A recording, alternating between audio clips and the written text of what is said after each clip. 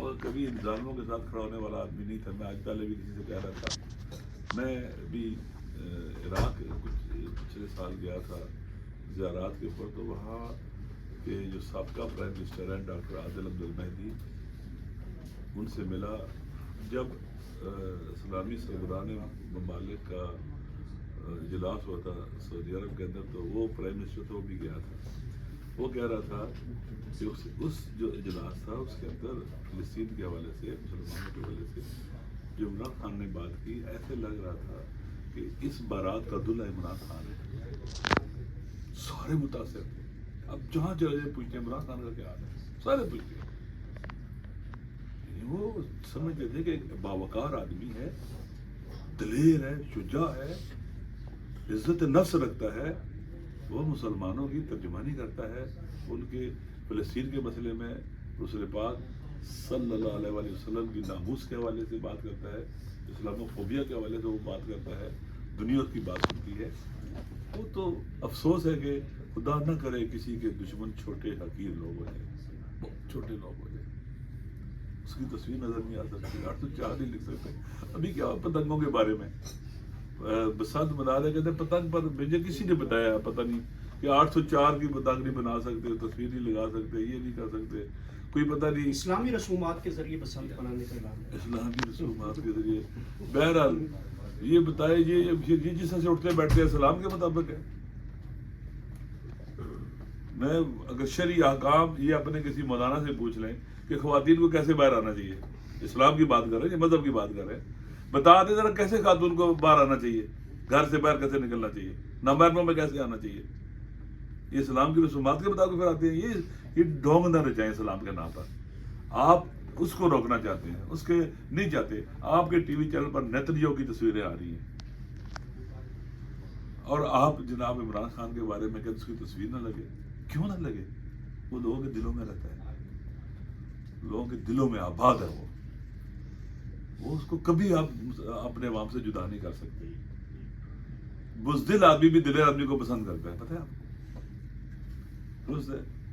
بزدل بھی دلیر کو پسند کرتا ہے. وہ ایک دلیر بہادر ڈٹا ہوا آدمی ہے یار. اس نے کوئی کارخانہ نہیں لگایا. آپ دیکھیں اس نے کوئی شوگر مل لگائی ہے, کوئی فیکٹری لگائی ہے, کوئی سریے کی کیا کہتے ہیں اسٹیل مل لگائی ہے, اس نے کوئی باہر بینک بیلنس بنایا ہے, کوئی باہر پراپرٹی بنائی ہے. اس جیسا کوئی ہے ان میں؟ میں نے پہلے کہا خدا نہ کرے کسی آدمی کے مخالف جو نا چھوٹے رقیق لوگ ہو جائے. لہٰذا وہ ان میں مس فٹ ہے, کرپٹ لوگوں کے اندر مس فٹ ہے. وہ جو مالی کرپشن کرتے رہے مس فٹ ہے, اس کے سامنے اپنے آپ کو چھوٹا حقیر پاتے ہیں. اس لیے عمران خان صاحب کو تکلیف دینا گویا پورے پاکستان کے عوام کو تکلیف دینا ہے, پاکستان کو تکلیف دینا ہے. یہ ذہن میں رکھ لیں. آپ کے ساتھ یہ منصب ہے, وہ پرائم منسٹر نہیں ہے لوگوں کے دلوں میں. آپ اپنے ایک دفعہ جس دن آپ کے ساتھ یہ عہدے مہدے ختم ہوئے نا, پھر دیکھنا آپ کا کیا حال ہوگا, کدھر رہو گے آپ لوگ. عبرت حاصل کرو, سبق حاصل کرو, اور خدا کا خوف پیدا کرو اپنے اندر. ڈرو. اللہ کہتے ہیں توبہ کرو, واپس آ جاؤ. اس کیا کہتے ہیں انار تکبر کے اونٹ سے نیچے اترو, اور آنکھیں کھولو, کان کھولو, سنو آواز خلق کو کیا کہتے ہیں, آواز خلق کو نکارہ خدا سمجھو. اس لیے یہ سمجھو, نہیں سمجھو گے تو پھر اللہ تعالیٰ آپ کو سمجھا دے گا. پھر اس کی لاٹھی بے آواز ہوتی ہے اور سمجھاتا ٹھیک طریقے سے. علامہ صاحب یہ بتائیے گا کہ آپ کے اوپر دو ذمہ داریاں آ گئی ہیں. ایک تو پی ٹی آئی کی ذمہ داری ہے, کیونکہ اگر باہر لوگوں سے ملے جو پی ٹی آئی کے کارکنان ہیں تو وہ بڑا آپ پہ اچھے سے آپ پہ اس ٹرسٹ کر رہے ہیں کہ خان صاحب کے حوالے سے کوئی بڑی ڈیولپمنٹ ہوگی. کیا سوچ رہے ہیں, کیسے معاملات لے کے چلیں گے؟ خان صاحب کی رہائی کے حوالے سے کیا مذاکرات کے ذریعے چیزیں ڈیل ہوں گی, ٹیکل ہوں گی, یا کیسے ہوگا؟ دیکھیے دونوں کام ہیں, رزسٹ بھی کرنا ہے پرامن طریقے سے, جلاؤ گھیراؤ نہیں کرنا ہے, اور آئین اور قانون نے جو بھی ہمیں حقوق دیے ہیں ان کو پر عمل کرنا ہے. احتجاج کرنا ہمارا حق ہے, دھرنا دینا ہمارا حق ہے, مظاہرہ کرنا ہمارا حق ہے, کانفرنس کرنا, احتجاج کرنا, سارے ہمارے حقوق جو آئین نے دیے ہیں ان کو پریکٹس کرنا ہے. اور اسی طرح سے پاکستان کو سی ٹریک پر لانے کے لیے جیسے محمود خان صاحب نے کہہ دیا, آپ آئیں آئین کی سپریمیسی کے لیے, رول آف لا کے لیے, پارلیمنٹ کو طاقت کا سرچشمہ بنانے کے لیے، اور اسی طرح سے فری اینڈ فیئر الیکشن کے لیے، اور پاکستان کے عوام جو جن علاقوں میں وہ آباد ہے، صدیوں سے پاکستان نہیں تھا، ان کو حقوق دینے کے لیے، ان کی منرلز ہیں جو بھی ہیں اس میں ان کے حق کی مالکیت کو وہ کرنے کے لیے، اور بات کرنے کو تیار ہے۔ جب بات چیت ہوگی تو سب سے پہلی جو چیز ہے وہ جو پاکستان کا سب سے بڑا اسٹیک ہولڈر ہے اس کو باہر اس کو irrelevant کر کے الگ کر کے آپ کیسے واجب کر سکتے ہیں؟ البتہ جو خوف ہے، ان کا ڈر ہے، وہ محمود خان صاحب نے بھی کہا ہے کہ انہوں نے کہا میں ضمانت دیتا ہوں کہ عمران خان کسی سے انتقام نہیں لے گا۔ دیکھیں پاکستان کے جس کو 2+2=4 کا پتہ ہے نا، پاکستان کے تمام مسائل کا حل فری اینڈ فیئر الیکشن کے ذریعے، پارلیمنٹ طاقتور ہو جائے، ہر چیز ٹھیک ہو جائے گی، داخلہ پالیسی، خارجہ پالیسی وہاں بنے گی، فری اینڈ فیئر الیکشن، یہ پاکستان کے مسائل کا حل ہے۔ وہ پارلیمنٹ آئے گی، ریفارمز کر لے گی، چیزوں کو ٹھیک کر لے گی، جو خرابی ان کی اصلاح کر لے گی۔ دوسری جو بہت اہم بات ہے، ہر کوئی جس چیز کا اس نے حلف اٹھایا ہوا ہے اور آئین نے جو اس کی ڈومین اور جگہ رکھی ہے وہاں اس کو واپس جانا پڑے گا، نہیں تو یہ پاکستان پھر اگر ایسا نہ ہوا، یہ جو تحریک تحفظ آئین پاکستان ہے جو آئین کی بات کر رہے ہیں، یہ آخری لوگ ہوں گے آئین کی بات کرنے والے۔ فیڈریشن کی بقا آئین کے ساتھ جڑی ہوئی ہے، آئین کا تقدس بہت اہم ہے۔ اگر کوئی یہ سمجھتا ہے کہ آئین کاغذ کا ٹکڑا ہے اور عوام نہ سمجھ اور بے عقل ہے، عوام کو پتہ ہی نہیں ہے کس کو ووٹ دینا ہے کس کو نہیں دینا ہے۔ ینگ لڑکے 18 سال کا لڑکے کو پتہ ہی نہیں ہوتا ہے کہ کس کو ووٹ دینا۔ 18 سال کے لڑکے کو بھرتی نہ کرو، 18 سال کے لڑکے کو تم جناب کوئی ذمہ داری نہ دو، کہاں سے رہتے ہو یار آپ؟ 18 سال کا لڑکا جاب نہیں کر سکتا، 18 سال کا کوئی بھی کام نہیں کر سکتا۔ عوام سے فرار کر رہے ہو، ڈرتے ہو، اصل راستہ یہ ہے کہ واپس آ جاؤ، ٹھیک ہے نا؟ تو ضروری ہے کہ پاکستان کے اندر فری اینڈ فیئر الیکشن ہو اور جو ظلم ہوا ہے اس کو ختم کیا جائے، اور جو جن لوگوں کو طاقت کا نشہ ہے، اگر وہ اقتدار میں آنا چاہتے ہیں، پولیٹیکل پاور حاصل کرنا چاہتے ہیں تو آئے الیکشن لڑیں، درست ہے نا؟ اور وائلہ جو بھی پولیٹیکل پاور گیٹ کے کرتا ہے یہ اللیگل ہے، اللیجیٹیمیٹ ہے، غیر مشروع ہے۔ پاکستان کا آئین اجازت دیتا ہے، خدا بھی اجازت نہیں دیتا۔ تو آئین میں لکھا ہوا ہے کہ حاکمیت اعلیٰ کس کی؟ اللہ کی ہے، قرآن و سنت سپریم ہے۔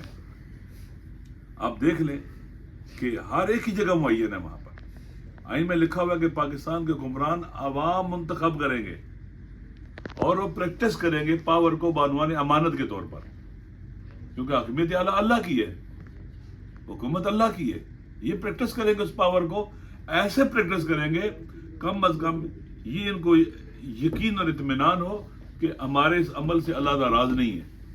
آپ مجھے بتائیں کہ جو غزہ جا رہے ہیں اللہ راضی ہے ان پر؟ اللہ نے قرآن میں کہا تھا غزہ کے مظلوموں کے لیے اٹھو، لڑو، قتال کرو، نسل کشی کو روکو۔ یہ اس کے ساتھ جا کے بیٹھ گئے ہیں، اس امریکہ کے ساتھ جو غزہ کے جو جنگ بندی کے اوپر ویٹو کرتے رہے، جنگ بند ہونے کے خلاف ویٹو کرتے رہے، جنگ بند نہیں ہونی چاہیے، جنگ بند نہیں ہونی چاہیے۔ جو جنگ بندی کی ویٹو کرتے رہے ان کے ساتھ جا کے بیٹھ گئے، اور کس لیے؟ اسرائیل جو کام نہیں کر سکا اب وہ یہ کرنے جا رہے ہیں۔ لہذا یہ ہے کہ یہ کیوں ادھر جا رہے ہیں؟ اس لیے جا رہے ہیں کہ عوام میں ان کی جڑیں نہیں ہیں۔ یہ سمجھتا کہ جناب حضرت ڈونلڈ ٹرمپ صاحب ان کو نجات دیں گے، ان کی پاور باقی رہے گی ان کے ساتھ۔ جس کشتی کی ڈرائیونگ سیٹ پر ڈونلڈ ٹرمپ اور نیتن یاہو بیٹھے ہیں وہ سوائے تباہی و بربادی کی اور غرق ہونے کے کوئی اور لے کے نہیں جائے گی، یہ نجات دہندہ نہیں ہے۔ ان کے دیکھ لیں کیا کر رہے ہیں، دنیا کی قانون کو نہیں مانتے۔ آپ یونائٹڈ نیشن کے چارٹر پہ سائن کیا نا، یونائٹڈ نیشن کو بالکل وائلیٹ کر رہے ہیں، بائی پاس کر رہے ہیں۔ اس جگہ آپ جا رہے ہیں جہاں پر ویسٹرن کنٹریز نہیں آ رہے ہیں، جہاں چائنا اس کے مقابلے میں کھڑا ہو گیا کہ ہم نہیں آئیں گے، ہم آپ کو یونائٹڈ نیشن کو ریلیونٹ نہیں کرنے دیں گے، بائی پاس نہیں کرنے دیں گے۔ روس نہیں ہے، برطانیہ نہیں ہے، فرانس نہیں ہے، اور آپ وہ مسلمان ممالک وہاں چلے گئے ہیں۔ جب وہ چیخ کر چلا رہے تھے چھوٹے چھوٹے معصوم بچے ہماری مدد کو آؤ، فلسطین کے غزہ کے بچے، اس وقت تو آپ بالکل ٹس سے بس نہیں ہوئے، آپ بہرے بھی تھے، اندھے بھی تھے، اور آج کیسے وہاں جا رہے ہیں آپ؟ شرم کا مقام ہے ان کے لیے، ایسے نہیں ہونا چاہیے تھا۔ لہٰذا عمران خان اگر ہوتا تو شاید ایسی صورتحال نہ ہوتی، پاکستان کا کم از کم یہ گرا ہوا اور خلاف آئین، خلاف قانون رول نہ ہوتا. اور پارلیمنٹ کو ریلیونٹ کر دیا, پارلیمنٹ سے نہیں پوچھا ہے. ابھی تو باتیں چل رہی ہیں, خبروں میں آ رہا ہے کہ کابینہ سے بھی نہیں پوچھا ہے. یہ حالت ہے ملک. اپنے ملک میں تو اپنا مان لانے سے رہے آپ, اب جناب اللہ چلے وہاں پر امن لانے کے لیے. اور نوبل پرائز کا جس کو آپ نے امن پرائز کا آپ نے نامزد امیدوار بنایا ہوا, ماشاء اللہ. علامہ صاحب یہ بتائیے گا کہ آپ نے اپنی گفتگو میں بات کی کہ آئینی طریقے سے احتجاج کریں گے اور قانونی طریقے سے احتجاج کیا جائے گا, تو کیا نہیں لگائیں گے جی ہم جلاؤ گراؤ نہیں کریں گے, ہم کسی کو پتھر نہیں ماریں گے. سوال یہ ہے کہ یہ جو غیر آئینی لوگ اس وقت حکومت میں بیٹھے ہوئے ہیں, کیا آپ کے آئینی احتجاج سے کچھ مثبت نتائج نکل آئیں گے ان غیر آئینیوں کے سامنے؟ میری بات سنیں, یہ 8 فروری جو ہے نا یوم سیاہ ہے, جب تک انشاءاللہ ہم زندہ ہیں نا, یہ ابتدا ہے. اس سال ہوگا, اگلے سال ہوگا, اگلے سال ہوگا, اگلے سال ہوگا. اس کو ہم اس طرح سے بنائیں گے کہ تالے آزماؤں کے لیے خوف کا دن بن جائے. یہ سمجھتے ہیں کہ ایک دن گزر جائے گا, نہیں, یہ ہم کرتے رہیں گے. جیسا جب امام حسین علیہ السلام کو شہید کیا گیا تو پہلی جو شروع میں اس کے خلاف جو باتیں ہو رہی تھی, لمیٹڈ لوگ تھے, چلتے چلتے کہاں تک پہنچ گیا. یہ درست ہے, ظلم کے خلاف چپ نہیں رہنا ہے, یہ ڈیوٹی ہے. اللہ نے کہا فریاد بلند کرو. خدا نے کہا کہ ظلم کے خلاف اگر اونچا فریاد کرے گا اور ظالموں کو برا بلا کہے گا, خدا کا یہ عمل بہت پسند ہے. میں قرآن کی آیت پڑھتا ہوں, لا یحب اللہ الجہر بالسوء من القول الا من ظلم.